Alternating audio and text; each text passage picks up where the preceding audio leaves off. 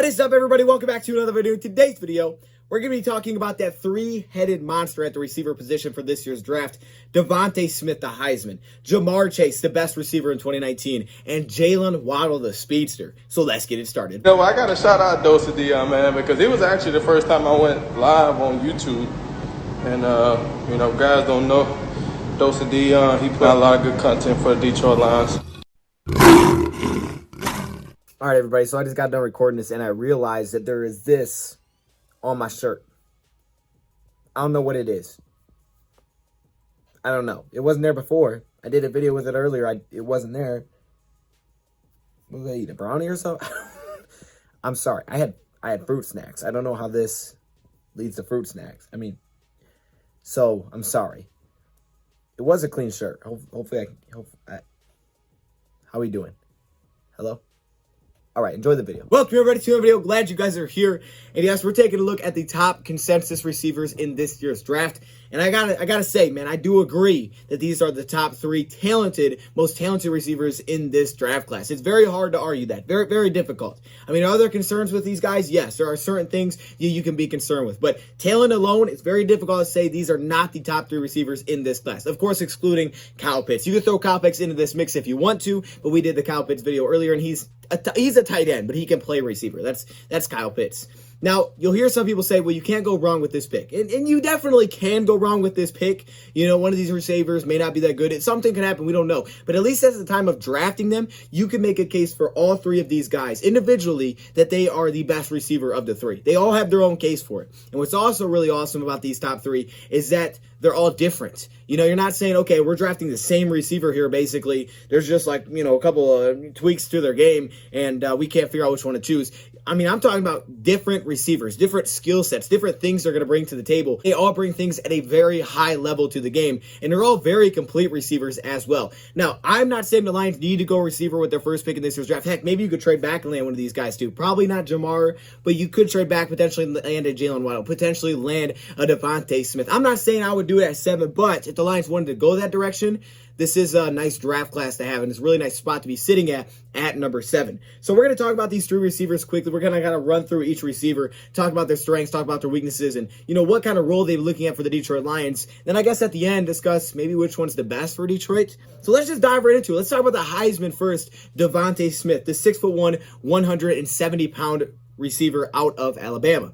Now, we're going to touch on each red flag for each one of these receivers. And Devonta Smith's red flag, if you had to give him one, is clearly the size at 170 pounds. Not the height. The height's good, but 170 pounds is very, very, very slim. He is a very slim receiver. We haven't seen a guy like this. And unfortunately, he really hasn't put on much weight since he's been at Alabama. Now, that's not to say that he couldn't at the next level, but some people are built like that, and you just kind of are what you are. You're a slim frame, and that just kind of is how it is. You might be able to add a couple pounds here and there, but how much more could you add to that? So that is clearly the biggest concern with Devonta Smith. But last season, Devonta Smith was spectacular. Statistically, he was just insane. 117 receptions on 145 targets. Are you kidding me? 1,856 yards and 23 total touchdowns in a year.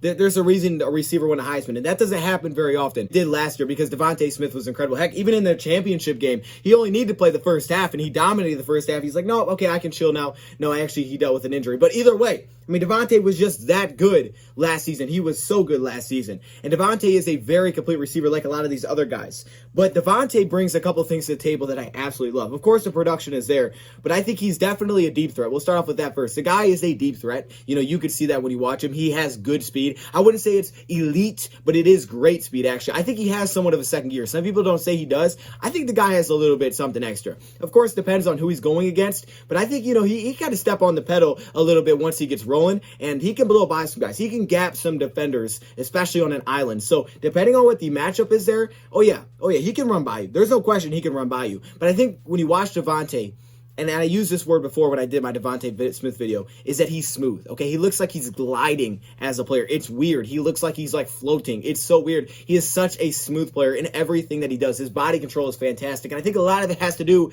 with the fact that he's only 170 pounds. So he's very light on his feet. He kind of just, glides through things. But don't let that fool you. This guy will play like he's bigger than that, not worried about his size. He'll go over the middle, attack the middle, knowing that he's probably going to take a big hit. He'll try to block. I got to say that about Bama receivers. They give some effort when blocking. I will give them that 100%. So you love that. He's very smooth as a player on the field, but his body control to me is his biggest strength. I know it sounds weird, body control. What does that mean? It's just his ability to come out of cuts, stop on a dime, just control where he wants to get to and how quickly he wants to get there. He can do it. It's entertaining to watch. And you can ride this guy right in his hip all the way up the field through double moves, and then all of a sudden he can put on the brakes and he just stops on an instant and can work his way back to the football. He works back to the football better than any receiver I've watched in this draft class. I know it's just a weird trait, but it's just what I've seen. You put the ball out there and he's going to get back to the ball. So there can be no separation the entire route. But as soon as that ball goes up in the air, he's going to get back to that football to make sure he's the guy to make the play on the ball. And that's when he gets the separation, is at the end of those routes. It's really a threat all over the field for Alabama. I mean, short, intermediate, deep. You could use them everywhere. Screens. I mean, it didn't matter. Jet sweeps. Anywhere on the field, anytime they could get Devonta Smith the ball, they try to get him the ball. And again, he was doing this without Jaylen Waddle because Waddle was injured, for some of the time. So the fact that he was able to do what he did at such a high level with defenses knowing, and again, there's more talent. There's Najee Harris. There's talent there. But man, he was fantastic. He was very deserving of the Heisman. Now, things that you don't love, things that you're maybe concerned with, of course, as I said, the size. And the size does show up, but it didn't show up that much at college. I mean, it was kind of like here and there, maybe a little bit, but it didn't show up a ton at college. It's more of a projection concern with Devonta Smith that, oh yeah, he's very slim. It could be an issue at the next level. And that comes both in the slot and the outside receiver position when you're that small. Now, when he does have the ball in his hands, he can make you miss. I mean, he can make you miss. He can juke out your shoes. He's very elusive, and he's tough to keep up with because, like I said, he's got great balance, great body control. But if you do get your arms around him, he's probably not breaking the tackle. He is a slim build. He's not breaking many tackles. Also didn't have a pro day, which kind of stinks because he had the thumb. I mean, he did go out there and catch some passes, but he really had no pro day, so there's no times from his pro day. So we don't exactly know how fast his 40 was, so there's always going to be debate about how fast he actually is. People say between 4.3 and 4.5. Well, that's a pretty big range there. But regardless, he can definitely move when you watch him on the field, and maybe he plays faster than his time is. I don't know. I would say my biggest concern personally, aside from the size on the field, is playing in those physical contested situations. That's not to say he doesn't have contested grabs, because he does. You watch him, and it didn't show up a ton in college where, physical corners could completely throw him off, but they could slow him down. Physical corners could slow him down his route, make it take a little bit longer than he maybe would want to. There was a couple against Georgia like that. I saw one in the end zone. I think against Tennessee, off the line. And sometimes these could be called for flags, but then I think the biggest thing here is playing through basically arms, playing through the contact to come up with some of those contested grabs, especially, deep shots, vertical shots down the field, playing through the arm contact to still bring the ball in and make a play on the football. That kind of thing can really slow him down because physically he's just not that big of a guy. Also had a lot of his production that was schemed really well. I mean, they had a great scheme going on there. They got him a lot of wide open looks, and a lot of his receptions and yards were very inflated by the fact that he ran drags and so many screens. But for the Detroit Lions, what could his role look like? Well, Devonta Smith could be one of those receivers that, one, you use everywhere. Really isn't a comparison with a guy that slim in the NFL, but he can do everything. He'd be the type of player that Jared Goff could throw it out to a screen, let him rack up yards after the catch. But he's also the type of player that you could take a shot to on a wheel. You could have him attack the middle. You could line him up on the slot. You can line him up on the outside. I had one word to describe, and it was not using smooth for Devonta Smith. It'd be technician. The release, the route running, the blocking. I mean, every part and aspect of his game, you can just tell. I mean, he's so focused and locked into the small details of everything there. And I think, you can't put that production up on accident. You got to be doing your homework, and you got to be pinpoint with everything. The next receiver you have is his teammate, and this is Jaylen Waddle. At 5'10", 182 pounds, Jaylen Waddle, some people say, is the best receiver in this class. But there is a pretty major red flag for Jaylen Waddle, and that's the injury. It's a broken ankle against Tennessee that when he went to go play in the championship game, which I thought was awesome because he showed a lot of heart, clearly he was still injured. He couldn't finish. He barely played in that game. But I did like the fact that he tried to go out there. Again, no pro day because of that injury, which makes sense. But Jaylen Waddle is fast. And I can't say he's the fastest receiver in this class, but in terms of acceleration, explosiveness, top-end speed, he might be the fastest in all of those categories put together. Like if you averaged it all out, because he has every single part of speed that you're looking for. The explosiveness off the snap is unreal, how fast this guy can go to 0 to 60. I mean, it's just boom, snap, and he's off the line, and he's moving. And if you're not ready for that, he's going to go right by you right off the snap. Then he has great top end speed. Sometimes he reminds me a little bit of a Tyreek Hill, where you're going to underthrow the pass. You better get that ball out there, because if he gets a step, he's gone. He's absolutely gone. You better have some safety help unless your cornerback can absolutely move on the outside or inside position, wherever you line him at. He's just so fast. And at his size, it's tough for defenders because he's not very big. And obviously that, helps him be very fast, but he's not very big. So he's tough to keep up with. And I can't tell you how many times people grab this dude just running around the field. They grab him like crazy, coming out of cuts, coming out of breaks, because they can't keep up with him. He's too shifty. He's too fast. And this is before the ball even gets in his hands. And then you get the ball in his hands, and he looks like a running back, but he doesn't break tackles. Kind of like Devonta. He's not running through arm tackles that often. Usually, if you get contact on him, he's probably going down, but he can definitely move with the ball in his hands. He's got pretty good vision. I just want to stop in real quick to let you guys know that if you guys were ever interested in investing in our favorite sports teams like us as Detroit Lions fans, you guys should check out www.symbol.app. It's a way to basically invest in your favorite sports team and earn a payout when your team wins. So for us as Detroit Lions fans, now we can finally invest in something that we actually know. And with the draft coming up very soon, this is your opportunity to get involved. You guys can use promo code DOD for a $10 bonus deposit. Check it out. He would line up in the backfield like a running back. Size-wise, he'd be like a Brandon Cooks, but he has more of a almost like a Rondale Moore type of play style in college, but size-wise like a Cooks, who did really well with Jared Goff. There were a lot of plays, honestly, left on the field for Jaylen Waddle. A lot of opportunities that, weren't there because either he wasn't a go-to guy or because, he's kind of difficult to see sometimes. But Devonta Smith might be better at making guys miss in space, which is crazy, but Jaylen Waddle can fly, and he looks like a running back when the ball's in his hands. But Waddle, the issue is that we haven't seen tons of snaps, but what we've seen from Waddle is such a complete game. At his size, you might be concerned about certain things like contested situations, things like that, because he hasn't had a lot. But when you do see him in those situations, he just takes it out of the air. Now, he does use his body a little bit more than you would like, but he still, finishes through contact. He'll take the hits. Part of the reason he doesn't have tons of contested grabs is, number one, because he gets a lot of separation, so he's usually kind of open when they throw it to him. It's not a contested situation, which is great if you can do that. And number two, he doesn't get tons of passes in contested situations. I feel like he was the go-to guy, even though, he could get a lot of space. Difficult to see because of his size, like we touched on. Most parts because he's usually got so much separation, he's just that open. And man, I really love his effort as a blocker. I mean, that's one of the biggest things. Same thing about Devonta, but he definitely gives the effort as a blocker. Jaylen Waddle is the type of player that if you want simply, hey, I got a deep threat, Jaylen Waddle clearly checks that box. But he does more than that because he can do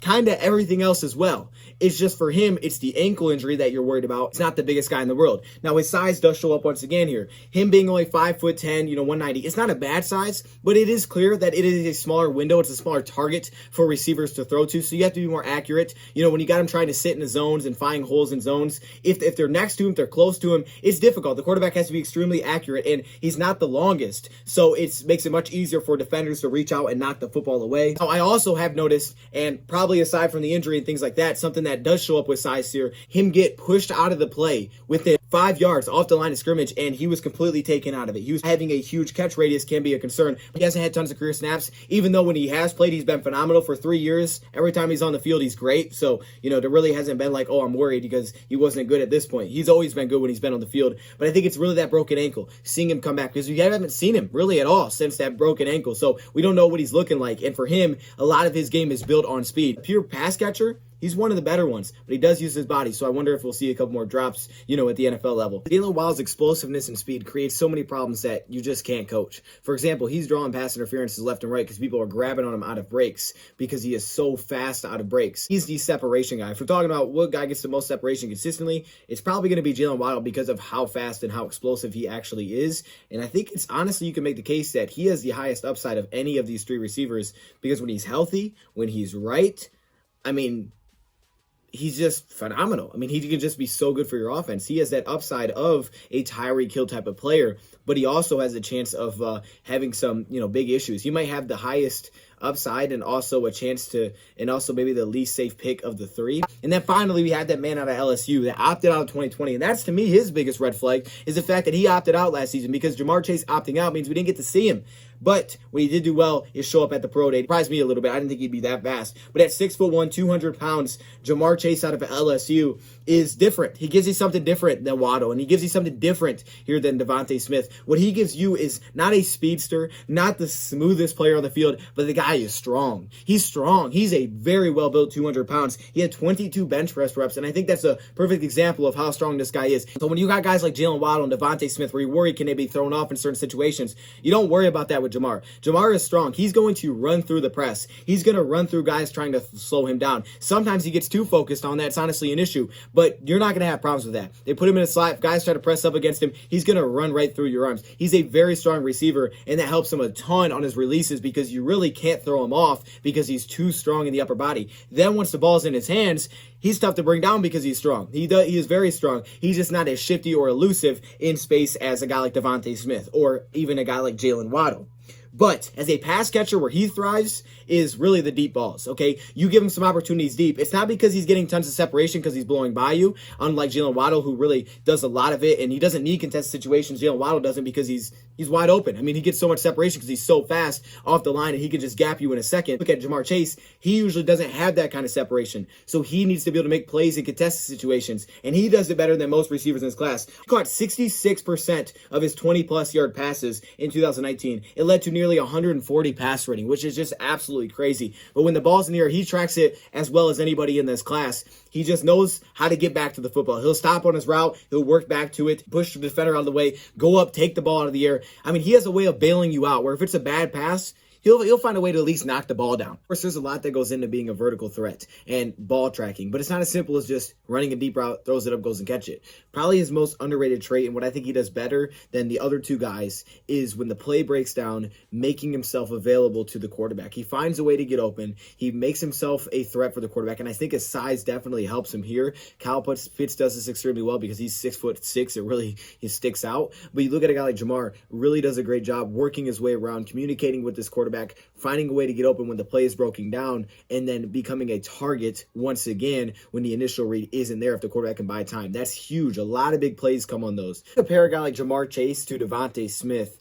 Jamar Chase doesn't have his numbers inflated by screens, underneath routes, things like that. There were certain games where he wasn't very involved in the stat sheet, but he was always a deep type of threat that could just break open a defense. So on 30 less receptions, he had similar yards in 2019 because he was more of a deep threat. Sometimes he wouldn't get extremely involved underneath. I think moving him to slot the next level would give him opportunities to be more involved consistently, not move him slot permanently, but move him back and forth. I mean, so you can trust throwing a jump ball, which is weird for a 6'1", 200 pounds because 6'1's not that big. So one of his concerns could be the fact that, yeah, you throw jump balls in college, but 6'1's still not that big. Now, Jamar Chase did post a 41-inch vertical, which could be higher after having a season off and working on it. It didn't seem like he had that in 2019. Remember, that's the last time we saw him, though. But being 6'1" means that, yeah, he's a deep threat, but he's still not huge. So certain matchups could be an issue, but I think the 41-inch vertical was big time. But he plays definitely big, and he's very strong. So let's have a little bit of a second gear. I wouldn't say it's to Jaylen Waddle level at all. I don't even know if I would put up there, maybe closer to Smith in those terms. But he does have a little bit of a second gear where certain situations he can definitely run by. But he has that Cornell Powell to him. And what I mean by that, like, he's got the little nuances when the ball's in the air, just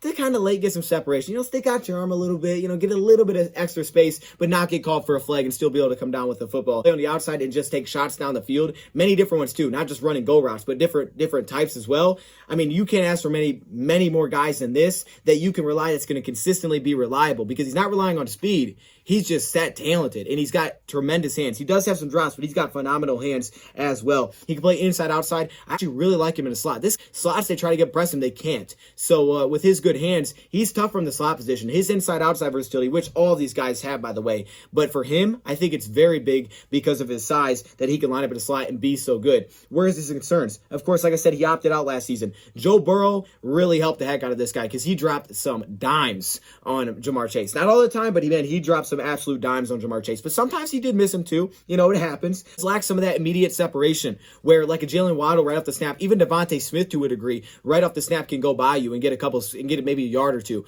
Doesn't really get that, especially on those vertical threats. And for him, it's not like he usually wins as much with his quickness on his feet. So he's not winning like we saw Kyle Pitts today. He wins with his upper body. So he's not getting tons of separation off the line. It's just more that you can't slow him down, but he's not going to blow by you off the line. I mean, you just don't see that very often in his game. Sometimes, to me, he gets too focused on trying to play physical and trying to run through the guy that he's not even focused on his route, which leads to him running routes that are standing straight up, slows him down. He's not cutting out of breaks. He's rounding things off. There are times, to me, that Jamar Chase got sort of complacent, kind of lazy with some of the routes that he was doing, not really expecting the ball after a couple of steps. You can't be doing that, but you want to really find a way to keep him involved consistently and at least a less separation than there should be. There's ways for him to get more separation, but he's not always super honed into that. He's too focused sometimes on the physical side. He's not as explosive as Jaylen Waddle or Devonta Smith, even with the ball in their hands or just running the route. He's just not that explosive, but he does have good top end speed and he's a vertical threat. But again, because he lines up in the slot, he can really play all over the field. Drags. Now, if you're running him on drags, he's not going to be as dynamic as a Smith and Waddle, but you don't have to worry about the fact that he could be thrown out of the play because he won't. He's a very reliable option that was the guy when Justin Jefferson was there, and look what Justin Jefferson turned into, right? To me, if I had to pick a most well-rounded, and I could say, okay, I believe for sure that this guy will be good in the NFL. I'm very confident. It's a safe pick. I'd go with Jamar Chase because I feel like safely he's really good even with no 2020. And then if you go with the guy that's the most dynamic, most explosive, it's hard not to choose Jaylen Waddle. Waddle can just absolutely make some wild plays, and he's such a threat that he's going to draw a lot of attention. And in certain games, this guy's got a potential to just go bananas. He'll look like Tyreek Hill sometimes, and that you can't teach. And Devonta Smith, he has such a deep package here that as long as the projections, don't show up too often in his game because it didn't seem to show up a ton, the guy can route run at a super high level. He's very technical with how he does everything, and he's got really good hands. The only thing is just not playing through some of those contested situations. He's tall, though. He can line up inside, outside. His production is ridiculous. He's a football player. The size is the only thing there.